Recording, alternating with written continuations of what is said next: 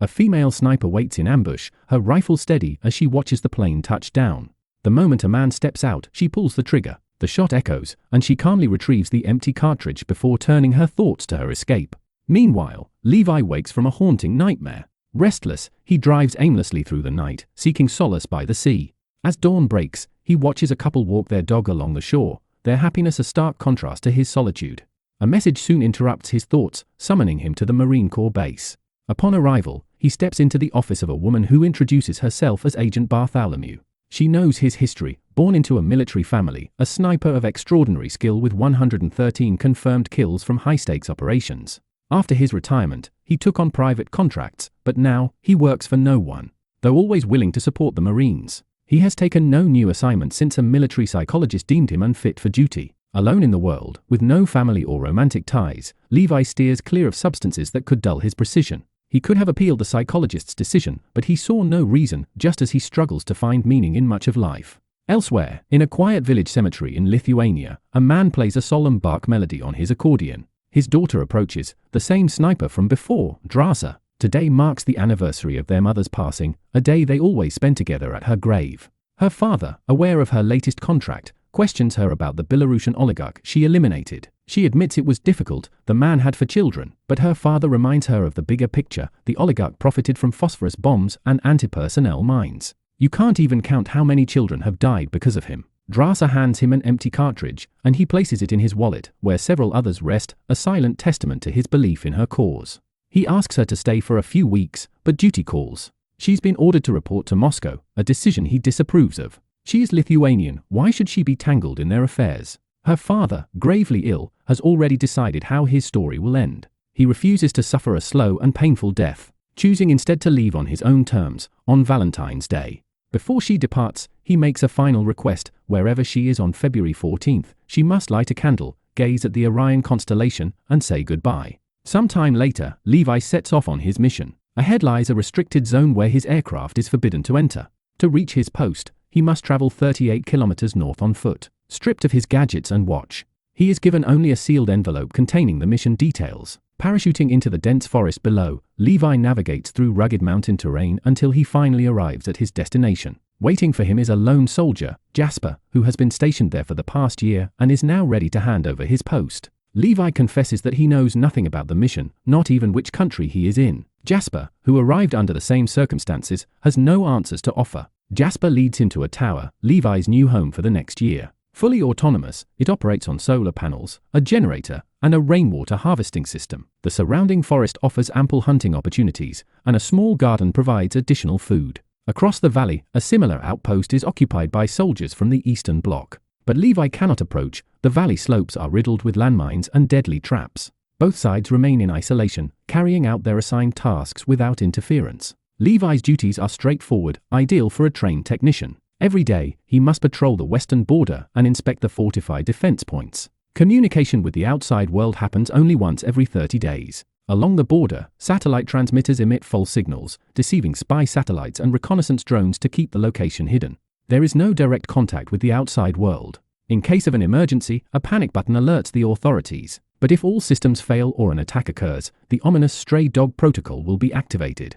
Jasper doesn't know what the protocol entails, but he leaves Levi with a chilling warning: if you ever hear the siren, the best thing you can do is run as fast as you can. Levi senses that all of this is somehow tied to the Cold War. Every year, a soldier from the west patrols the valley's edge, while someone from the east mirrors their movements on the other side. Yet in 75 years, no one has uncovered what truly lies within. The real mission, it seems, is not to guard the valley, but to ensure that whatever is inside never escapes. A year ago, when Justin first arrived at this post, he too dismissed his predecessor's warnings as madness.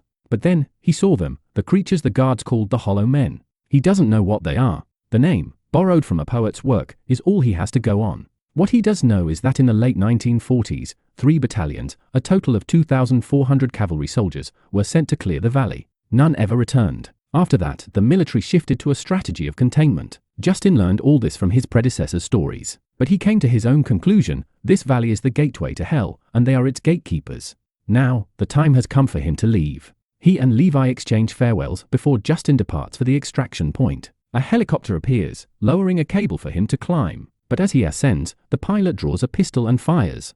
Justin's body plummets into the valley. The pilot radios into Bartholomew. Rotation complete. A month passes. Levi performs his duties with unwavering discipline, daily patrols, weapons checks, maintaining the landmines, and reporting to his superiors that all systems are functioning. In his free time, he reads. The tower holds an extensive collection of books. On the walls, he finds quotes left by past occupants, some dating back decades. Occasionally, he tends to the garden, harvesting the last crops of the season. Then, one day, he hears the unmistakable sound of a saw from across the valley. Peering through his binoculars, he spots a woman, Drasa. She notices him too, but as soon as he moves, she quietly returns to her work. One night, Levi wakes from another nightmare. Gasping for air, he instinctively reaches for his rifle, but in his haste, he knocks over a glass of water. As he steps forward, shards bite into his foot, leaving a trail of bloody footprints across the floor. The pain jolts him back to reality. He picks up his binoculars. Across the valley, Drasa is also awake. Their eyes meet for a fleeting moment before she blows out her candles and disappears into the shadows. Another month passes. Drasa celebrates her birthday in solitude. Bored, she turns her attention to Levi, watching him from a distance. Then, on a whim, she decides to start a game. Lifting her rifle, she fires a single shot into the air. Levi snaps to attention, immediately grabbing his binoculars. Across the valley, Drasa smirks and holds up a sign. What's your name? Levi warns Drasa that contact is strictly forbidden, but she ignores him. Instead, she writes her name on a piece of paper and, since it's her birthday, declares that she will do whatever she pleases. Amused, Levi chuckles and writes his name in return, joking that they should raise a toast to her special day. In response, Drasa puts on some music and playfully challenges him to dance. Levi declines, claiming he doesn't know how. She doesn't believe him. Surely, he must be good at something. With a smirk, Levi admits, I'm an excellent sniper. Drasa wants proof. Levi places his flask on the edge of his post, preparing to shoot it down. But before he can pull the trigger, Drasa fires first, knocking it over. Smiling, Levi takes revenge. His next shot shatters her wine bottle with pinpoint accuracy. Undeterred, Drasa ups the stakes. She places another bottle on her head and dares him to keep practicing. Just as she tries to steady herself, her foot suddenly slips. Her expression changes in an instant. Lowering the bottle, she frantically signals, look down. Levi peers into the darkness below. Movement. Twisted, wooden-like figures begin emerging from the valley. A grotesque creature, resembling a living tree, scuttles toward the base of the cliffs. Levi fires instantly. At the same moment, another steps on a landmine, an explosion tears it apart, but more of them keep coming. Drasa joins the fight. Their rifles thunder through the night, cutting down the advancing creatures. Then, silence. Drasa exhales, stepping back until wooden fingers claw their way over the edge. A creature pulls itself up, its hollow eyes fixed on her. She fires, but the bullets do nothing. Levi takes a precise shot. It collapses. Then he sees them, the hollow men, swarming toward Drasa's position. He pivots, taking them down as fast as they appear. The landmines ignite the valley in bursts of fire. One explosion sending Drasa flying backward. She barely scrambles to her feet before Levi unleashes covering fire with a machine gun. The creatures retreat. Finally, the night falls still. Breathless, the two soldiers sit in the darkness, adrenaline still surging through their veins. Drasa suddenly realizes she's been injured, nothing serious, just something she hadn't noticed in the chaos. Smirking, she grabs a piece of paper and holds it up for Levi to see. Best birthday ever. At sunrise, Levi inspects his perimeter. He welds the damaged sections of the fence, plants new mines, and reinforces the weak points. Then, something unexpected happens.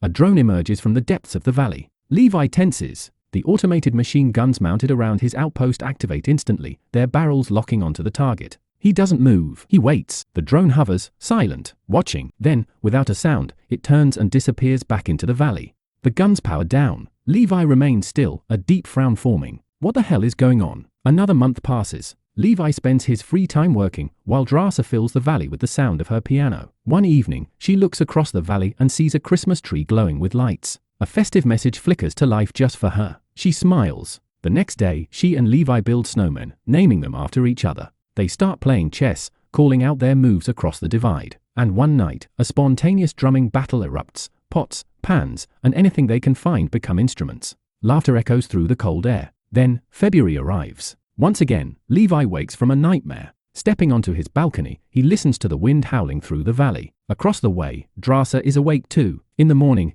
it is February 14th. Instead, she plays a record of Bach and starts crying, lost in memories of her father. Seeing her sorrow, Levi asks what's wrong. Drasa, trusting him more than she expected, admits that this day is difficult for her. She confesses, I wish you were here. That night, Levi cannot sleep. Her words stay with him. His eyes wander to the old quote scrawled on the walls, left behind by past soldiers. One in particular catches his attention, about the courage of those who journey far. Inspired, he gets to work. At dawn, Drasa hears a distant explosion. Alarmed, she rushes outside, only to find a smoking grenade lodged near her outpost. Levi has created a makeshift cable crossing. She follows the rope into the trees, securing it to a strong trunk. Tied to it, Levi readies himself, gathers a bouquet of wildflowers, and then throws himself across the valley, hanging from the rope. But as he nears the other side, his momentum slows, too soon. With an exasperated sigh, he starts pulling himself forward hand over hand. Drasa watches, arms crossed, grinning as he struggles toward her. Tonight's menu features rabbit pie, she teases. Panting but smiling, Levi hands her the flowers. Up close, she is even more beautiful than he imagined. Drasa eyes his sweat-soaked uniform. You should hit the sauna first, she suggests. That climb didn't do you any favors. Levi laughs, admitting he miscalculated the rope's tension. Drasa promises to bring him fresh clothes, ones left behind by previous occupants. But she can't resist a little prank. Instead of handing them to him, she hangs them just out of reach. Levi groans as he realizes what she's done. Barefoot and shivering, he dashes out of the sauna, reaching desperately for the clothes while Drasa bursts into laughter. They sit down for lunch, speculating about their location. Neither knows where they are, both were drugged during transport. But Levi is certain of one thing, they are in the northern hemisphere. As they talk, Levi casually mentions his background. I'm a sniper, he admits. Drasa freezes. She knows exactly who he is. Levi, the man behind the impossible shot in Yemen, a feat of marksmanship so legendary that soldiers across the world still talk about it. He hates the recognition, the weight of it. Uncomfortable, he redirects the conversation. Any theories on where we are? Drasa studies him for a moment before answering. My father once told me not to chase the whole truth. Some things are better left unknown. Levi nods, understanding the wisdom in those words. That night, music fills the outpost again. But this time, Drasa convinces Levi to dance. And the moment he moves, she knows, he lied. He's not just good, he's effortless. They grow even closer, talking for hours, unraveling pieces of each other they didn't know they were willing to share. At one point, Levi quietly admits something, he wrote a poem for her. But when she asks him to recite it, he refuses. By morning, it's time for Levi to return. Standing at the rope, he turns back with a smirk. By the way, that pie? Actually pretty damn good. Drasa grins as he begins his crossing. Then, the explosion. A landmine erupts below him, the shockwave snapping the rope. Levi's body is flung downward, tumbling into the valley. Without hesitation, Drasa grabs her rifle, then a parachute, and leaps in after him. A dense fog blankets the river below. Drasa crashes into the icy water, instantly sinking. Panic grips her as she fights to free herself from the parachute cords. In the struggle, she loses all her gear. The current is relentless, dragging her deeper, but at the last moment, her fingers grasp a fallen tree branch. She clings to it. On the other side, Levi dangles unconscious, caught in the twisted branches of a massive tree. But the branches begin to move. They shift, contorting unnaturally, twisting into the form of a grotesque, insect-like monstrosity. Then, Levi's eyes snap open, pulling his weapon. Bang! A single, precise shot pierces the creature's skull. The gunfire echoes through the valley. Drasa hears it. But Levi is still in danger. He plummets from the tree, landing hard on a massive root, only to realize the roots are alive. They coil around him like serpents, tightening, dragging him downward. The earth shifts beneath him, splitting open. A gaping, fanged maw emerges from the soil. The forest itself is trying to devour him. Then, gunfire erupts. Drasa is here. She empties her entire magazine into the writhing mass.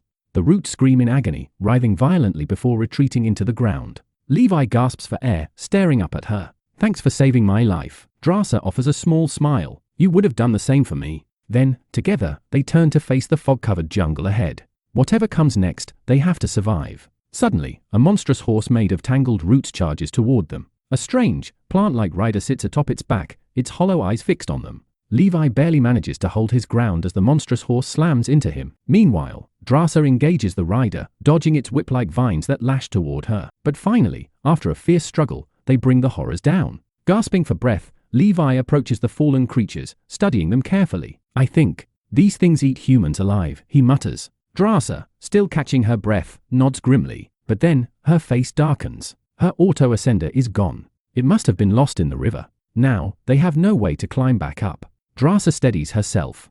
We follow the river, she decides. There has to be another way out. Before moving forward, Levi notices something strange. He kneels beside the fallen rider and inspects its tattered uniform. His eyes narrow. It's military issued, from the 1940s. Drasa's stomach turns. So these are the horsemen who disappeared. They exchange uneasy glances before pressing on, deeper into the cursed forest. The landscape twists into a grotesque nightmare. Trees groan and shift in the wind, their branches curling like skeletal fingers. Then, through the mist, they spot something. A cluster of ruined buildings. One stands out, a crumbling church, its bell tower leaning dangerously.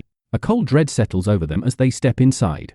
The pews remain untouched, but skeletons slump over them, their heads bowed as if still in prayer. A faint, bitter scent lingers in the air. Levi sniffs once, then freezes. Cyanide, he murmurs. His face darkens. They poisoned themselves. Drasa swallows hard. But why? Before they can ponder the answer, a rustling sound stirs above them. Then, spiders begin to drop from the ceiling. But before they reach the door, the mummified corpses in the pews begin to move. Their empty sockets turn toward them. Drasa doesn't hesitate. She fires her grenade launcher. The explosion rips through the church wall, igniting the ancient wood. Flames rush up the rafters, swallowing the horrors in a wave of fire. They barely escape as the entire church collapses behind them. Levi and Drasa race through the valley until they reach a massive hangar built into the rocks. They rush inside, slam the heavy doors shut, and finally catch their breath. As they move deeper, they realize it's more than just a hangar, it's an underground laboratory. The room is filled with rusted equipment, strange vials, and stacks of old files. Levi spots a film reel and a generator. When he flips the switch, the lights flicker, machines hum to life, and a projector casts a grainy film onto the wall. A scientist appears on the screen, his voice crackling through the speakers, at the end of World War II, while Oppenheimer worked on the atomic bomb. A secret coalition of nations was developing an even deadlier weapon, a chemical bomb. This facility was the heart of that project, the scientist continues, until disaster struck. The footage flickers before stabilizing. An earthquake destroyed the lab, the scientist explains, releasing chemicals that fused human DNA with plants, animals, and insects, creating the creatures that now roam the valley. The image distorts, then sharpens again. Some people, however, remained unaffected. If no mutations occur within 5 days, the person is completely immune. The film shows a woman's horrific transformation, while Drasa notices a sealed vial containing an unknown liquid. The scientist concludes by saying that humanity might have survived because the valley was isolated. She apologizes, then prays for God's mercy. As the film ends, Levi and Drasa continue exploring and find a room filled with advanced technology, far too modern for the 1940s. This means the lab was operational much more recently. But if it was so dangerous, why wasn't it destroyed? Levi boots up a computer and finds a name, Darklike. He realizes this wasn't a military project but the work of a private, extremely powerful company. Darklike's drones collect hybrid creatures worldwide, meaning they are secretly creating super soldiers. Then, Levi discovers a program called Stray Dog, a thermal bomb designed to wipe out the valley if needed. But the earthquake must have damaged it. Levi accepts that even if they don't make it out alive, meeting Drasa made it all worth it. As they prepare to leave, Drasa suddenly remembers her ammo bag is still at the entrance. They have no choice but to go back. Throwing a smoke grenade for cover, they rush outside. Drasa grabs the bag, but a long root shoots out from the fog, wrapping around her leg and yanking her away. A root rider, a monstrous horseman, drags her into the darkness. She tries to cut the root but loses her balance and blacks out. Levi follows the trail to a ruined missile silo, where Drasa wakes up, hanging in a dimly lit room. In front of her stands a hollow man, deciding where to start eating her. She struggles, but the creature is too strong. With one final effort, she grabs a burning piece of wood and shoves it into the monster. It screeches but still overpowers her, until, at the last moment, Levi bursts in and takes it down, saving her. Levi inspects the hollow man and recognizes it as the remains of one of his former officers, the very man who had first named these terrifying creatures hollow men. Shaken but determined, he and Drasa escape and find themselves in a graveyard of broken rockets, now overrun with horrifying plant-human hybrids. As they navigate the treacherous terrain, one of the creatures suddenly grabs Drasa. Levi fires at the living vines entangling her, but they keep regenerating. Thinking fast, Drasa pulls a grenade and hurls it into the mass of creatures. The explosion ignites the hybrids, buying them enough time to flee. Pressing forward, they stumble upon an old jeep that still works. It's equipped with a strong winch, a rope-pulling machine that might be their ticket out. They drive to the edge of a towering cliff, where Drasa fends off attacking hollowmen while Levi secures the winch and attaches it to a stable anchor. As they begin climbing with the jeep's help, the hollowmen swarm after them. A brutal fight erupts mid-ascent, with both Levi and Drasa struggling to fend off their relentless pursuers. Just as they near the top, Levi loses his grip and dangles precariously from the jeep's frame. He takes out his knife and punctures the jeep's fuel tank. Gasoline spills onto the hollow men clinging to the rope. With a spark, he sets them ablaze. The burning creatures writhe in agony as the flaming jeep plummets, dragging them down into the depths below. Levi and Drasa finally reaching Drasa's tower. There, they make a solemn agreement: if either of them shows signs of infection, they will go back down and face whatever awaits them. Levi and Drasa must wait 5 days to see if they show any symptoms. During this time, Levi reveals that he was sent here because he had no one who would come looking for him. But now, that has changed. Drasa suggests escaping to France, but Levi insists they must destroy the gorge first. He reports back to his superiors over the radio, stating, everything is normal. However, Darklight has already detected their activity through drones. Bartholomew, a high-ranking officer, orders Levi's execution, having watched his journey through a secret video feed. She prepares a helicopter for deployment. The next morning, while Levi and Drasa go about their daily tasks, a helicopter suddenly appears. They flee into the forest, but drones quickly locate them. As they try to escape, the drones open fire, wounding Levi. Drasa fights back, shooting down several drones before they finally manage to evade the danger zone. Meanwhile, Bartholomew discovers a Buddha quote Levi left on the wall and realizes it's time to retreat. But before she can act, Levi and Drasa fire their weapons, setting off a chain of explosions. The gorge becomes visible to surveillance satellites, triggering the stray dog protocol. A thermal bomb is activated. The helicopter tries to take off, but the blast wave engulfs it. The impact sends Levi tumbling into the river, sweeping him away. Drasa waits for him in a nearby cave for 6 days. When he doesn't return, she finally leaves. She eventually settles in France and, after a long time, opens Levi's last letter. Inside is a poem he wrote for her. She cries, remembering him. She starts working in a cafe, trying to move forward. Then, one day, she sees him. Levi is sitting at a table, alive. Holding back her emotions, she simply asks, "Where have you been all this time?" Liam explains that he was badly injured, but now he's ready to work with her in the kitchen. They kiss. The film ends. Please like and subscribe for more video like this. Thanks for watching.